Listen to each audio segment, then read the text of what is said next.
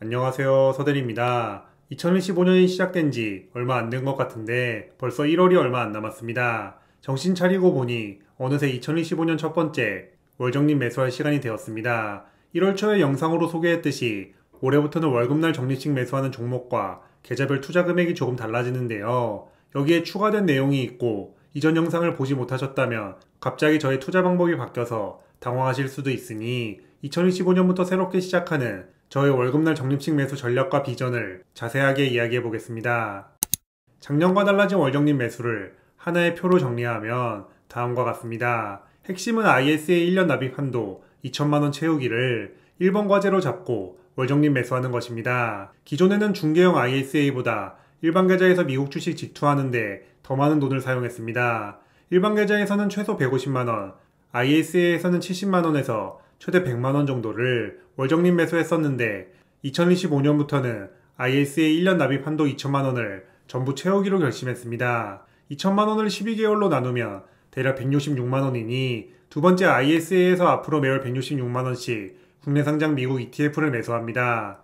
매수할 종목은 첫 번째 ISA와 동일하게 솔 미국 S&P 500과 솔 미국 배당 다우존스입니다. 일부러 월배당 ETF로 맞춘 이유는 월급처럼 매월 들어오는 배당금 입금 카톡이 저를 마음 편하게 만들어주기 때문입니다. 그리고 여유로운 마음은 주식 투자 변동성에서 흔들리지 않는 강철 멘탈로 이어집니다. 금액이 크지 않더라도 매월 꾸준히 들어오는 배당금이 제가 5년 넘게 눈이 오나 비가 오나 꺾이지 않고 월적립 매수할 수 있었던 핵심 중의 핵심입니다. 2025년 1월 24일 기준 현재 월평균 배당금은 54만원으로 경제적 자유까지는 아직 갈 길이 먼니다. 하지만 점점 늘어나는 배당금을 보고 있으면 언젠간 경제적 자유를 얻을 수 있겠다는 꿈과 희망이 무의식적으로 생길 수밖에 없습니다.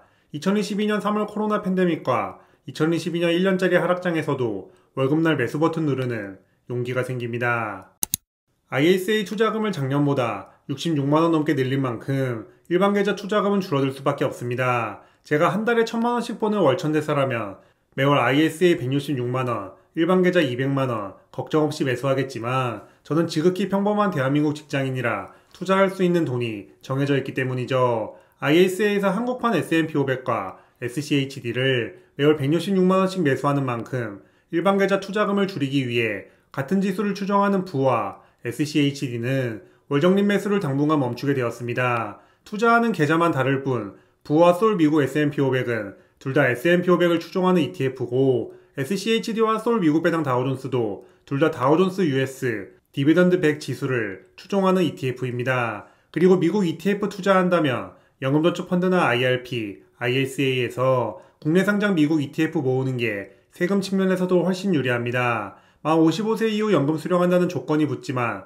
세율과 건보료 등 모든 부분에서 일반 계좌보다 압도적으로 좋습니다. 그래서 작년까지 월급날 적립식 매수했던 부와 SCHD는 ISA에 양보하고 일반 계좌는 여기서만 매수할 수 있는 미국 개별 종목 투자에 집중하게 되었습니다. 그 종목은 이미 몇 년째 월적립 매수 중인 애플과 테슬라입니다. 둘 다 한 주씩만 매수해도 90만원 넘게 필요하다는 문제가 있지만 당분간은 비상금을 조금씩 사용하면서 월적립 매수를 이어나갈 생각입니다. 다만 일반 계좌 월적립 매수는 한 가지 변수가 있습니다. 작년 초부터 노리고 있던 아파트 갈아타기를 올해 드디어 할 것 같은데요. 확정되면 일반 계좌에 있는 주식 중 상당수를 매도해야 하고 부동산 규모에 따라 월적립 매수 금액도 조정될 수 있는 만큼 이 부분은 확정되면 별도 영상으로 소식 전하겠습니다.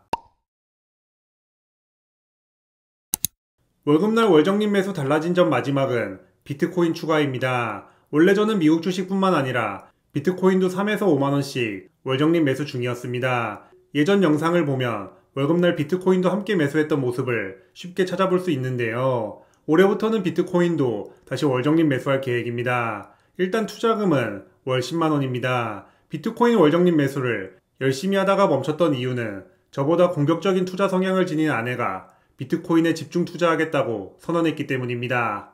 부부는 경제 공동체인 만큼 비트코인 포지션을 아내에게 맡겼고 그동안 저는 미국 주식과 ETF에 집중했습니다. 그러다 최근 아내가 비트코인을 모두 정리했기 때문에 제가 비트코인 월적립 매수 시작할 명분이 다시 생겼습니다. 그래서 2025년 1월 월급날부터 비트코인도 월 10만원씩 매수합니다. 미래에는 어떻게 될지 알 수 없지만 1인당 비트코인 한 개씩 보유하는 게 현재 개인적인 목표입니다.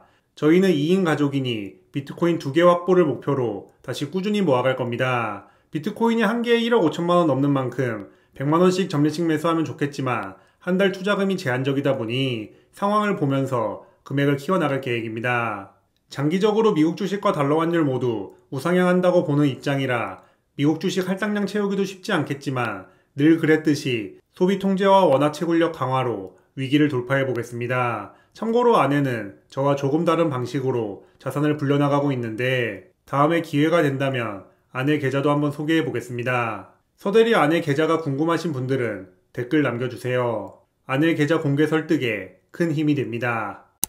최근 국내 상장 미국 TR ETF 사태로 국내 상장 ETF 대신 일반 계좌에서 부나 QQQ 직투가 훨씬 낫다는 주장에 힘이 실리는 분위기입니다. 국내 ETF가 이상해서가 아니라 한국의 과세제도가 더욱 적극적으로 돈 뜯어가는 구조로 바뀌고 있기 때문이죠. 지금 당장은 연금저축펀드를 필두로 IRP, ISA 절세 혜택이 압도적이지만 앞으로 연금소득세율이 높아지거나 사적연금에도 건보료 부과될 느낌이 강하다 보니 그냥 처음부터 일반 계좌에서 직투하는 게 더 좋다는 인식이 확산되는 모습입니다. 물론 먼 미래에는 그렇게 될 수도 있겠지만 아직 정해진 것이 하나도 없고 절세계좌 플러스 국내 상장 미국 ETF 조합에 어느 정도 핸디캡이 붙어도 세금 측면에서 유리한 구조인 만큼 저는 지금 투자 방식을 유지할 겁니다.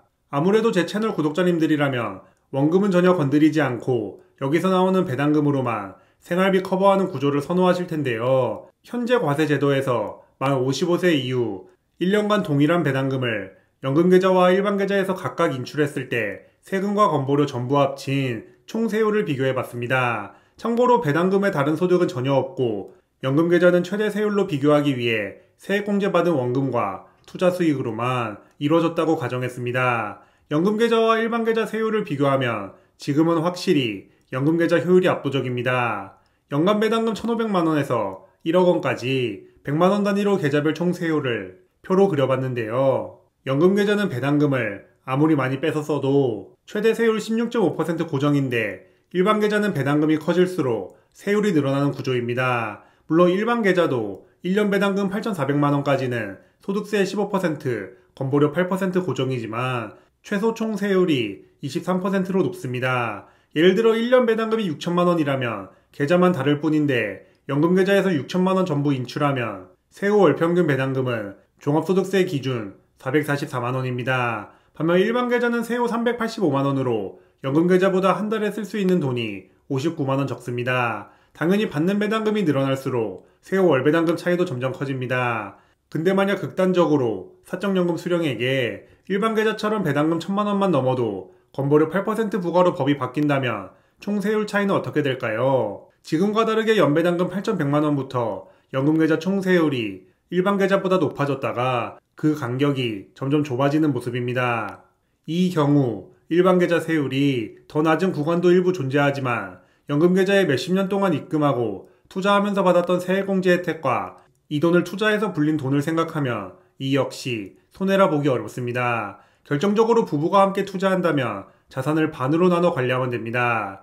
1년 배당금 8천만원 기준으로 일반계좌는 부부가 4천만원씩 나눠서 받아도 세금과 건보료로 각각 23%를 뜯기는데 연금계좌는 건보료 내는 가정이라도 1인당 총 세율이 16.6%로 확 줄어들기 때문이죠. 이처럼 연금계좌 배당금 수령액에 일반계좌처럼 건보료를 전부 부과해도 연금계좌가 메리트 있는 만큼 ETF 투자자에게 절세계좌는 필수라 생각합니다. 그리고 연금계좌까지 공격받을 상황이라면 이미 일반계좌는 더 큰 세금 공격을 받고 있을 가능성이 크기도 하고요. 지금 대한민국은 한 치 앞도 내다볼 수 없는 상황이지만 제도가 바뀔 때마다 저희에게 더 유리한 방식이 무엇인지 연구해서 앞으로도 채널을 통해 계속 공유해 보겠습니다. 더 좋은 방법이 나타난다면 그때 가서 투자할 계좌와 종목을 바꿔도 전혀 늦지 않습니다. 그렇기 때문에 저는 ISA 1년 납입 한도 2천만원 뿐만 아니라 연금계좌 1,800만원 채우기를 목표로 2025년도 열심히 달려보겠습니다.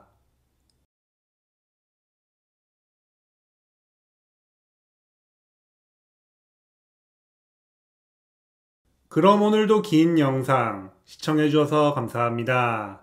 제 채널이 구독자님들의 자본주의 라이프에 조금이나마 도움이 되었으면 좋겠습니다. 지금까지 서대리였습니다.